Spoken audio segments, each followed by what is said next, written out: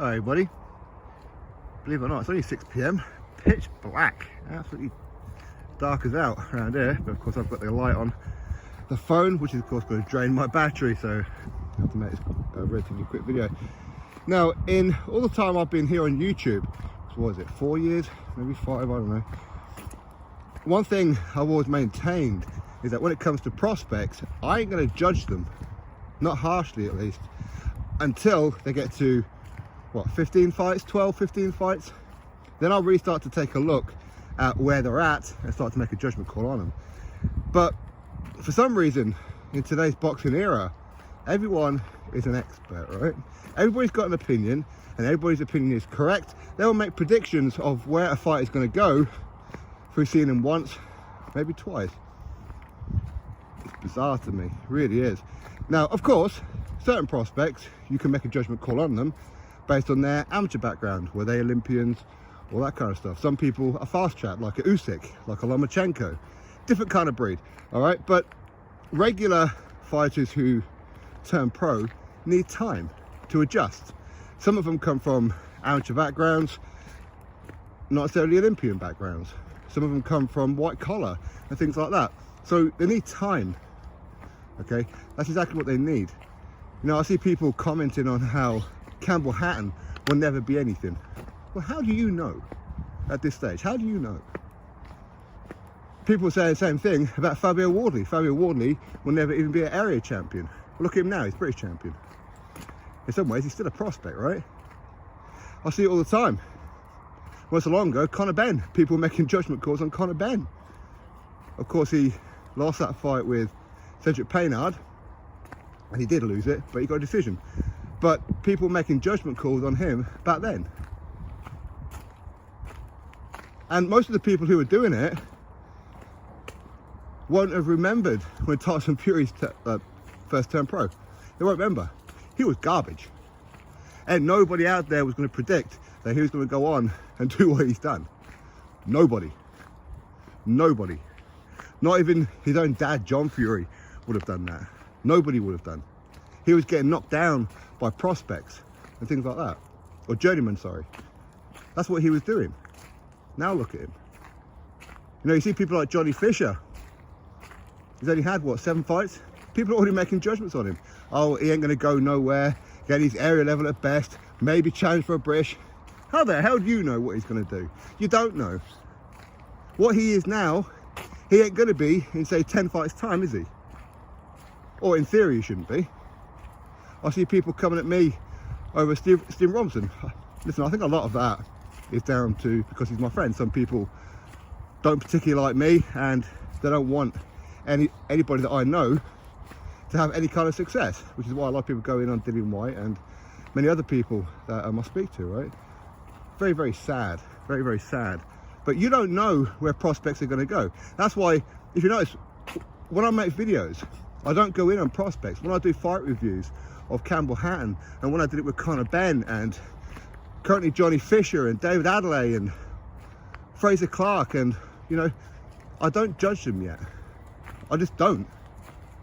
I don't sit there and go, wow, they're never going to do this and never. How do I know what they're going to do?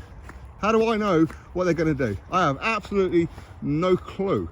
Now, of course, if a prospect coming through is fighting a certain level of opposition and is calling out other fighters for big money, okay, different story. We can judge them on what we've seen so far as to how they would do against that particular fighter. Of course, okay, that's natural, right? That's natural. But to be doing it for prospects is absolute madness. You know, not everybody is an Olympian. Not everybody comes through, say like Anthony Joshua, for example, and becomes world champion in 15 fights. Not everybody gets to do that. They don't. Look at Deontay Wilder. How long did it take him? Was it 33 fights to become world champion? And literally fighting journeyman up until he became world champion. And look at who he beat for main event. You see, people weren't making comments about Wilder back then. They weren't. Unfortunately for him, his level of opposition didn't really improve after he became world champion. And that was a bit of a problem for a lot of people. It was. Okay? People make judgment calls on Dillian Whyte. Dillian Whyte only had 7 amateur fights. Okay, he had a kickboxing background. Not an extensive one, but kickboxing and boxing are two totally different sports, right? But people do it. People judge fighters by the standards of others. Joshua has not had as many fights as Tyson Fury, okay? He didn't have the amateur career that Tyson Fury had in some ways. Meaning that Tyson Fury, he was around the kind of fighters like a David Price and that, for example. He was around these kind of people. Okay, he never made it to the Olympics like, say, for example, Joshua did. I get that. But again, to judge these prospects is ridiculous. I don't know why people seem to think that they should or they can. Well, I say, of course you can. You know, you have that freedom of speech, of course you do, but it's ridiculous to make a judgment call on people. And no, I'm not talking specifically about Steve Robinson and that. I've been saying it for quite some time. Why are you going in on Campbell Hatton for? Why are you going in on Conor Benn until over, like, okay, the last 18 months, different call. When you start talking about his name in world title mixes, then of course you have to make judgment calls. Of course you do, all right? But Campbell Hatton, for what reason? Johnny Fisher, for what reason? Why do people do that? I don't get it. These so-called experts who are not experts, they're just not. People who do that don't actually know boxing. For real, they don't know boxing. If you're making a judgment call on where Johnny Fisher's going to be by, I don't know, his peak, then you don't know boxing. If you're doing the same thing with Steve Robinson, if you're doing the same thing with Campbell Hatton, if you're doing the same thing, even in some ways, with Jared Anderson, who's looking real good at the minute, right? Then you don't actually know boxing. You are not Nostradamus of boxing. Ain't nobody out there are. But again, it's very easy to talk about boxing and make predictions because either you're going to be right or you're going to be wrong, aren't you? It's like making a prediction of a fight. We got a 50% chance of being right, haven't you? The odds are not really against you. You got a 50% chance of being right, and most people just go for the bookie favourite. That's what they do, right? But to make a judgment call on prospects and troll them online and whatever, I've never been into that, ever. I've never done that. It's absolutely madness, it really is. I said I have absolutely no problem with the level of opposition that Tommy Fury has been going through. I have no problem with it, but a lot of people do. But again, we have to sum it up. If you're talking about fighting Jake Paul and demanding a couple of million for it, then of course we have to make a judgment call, don't we? Of course we do.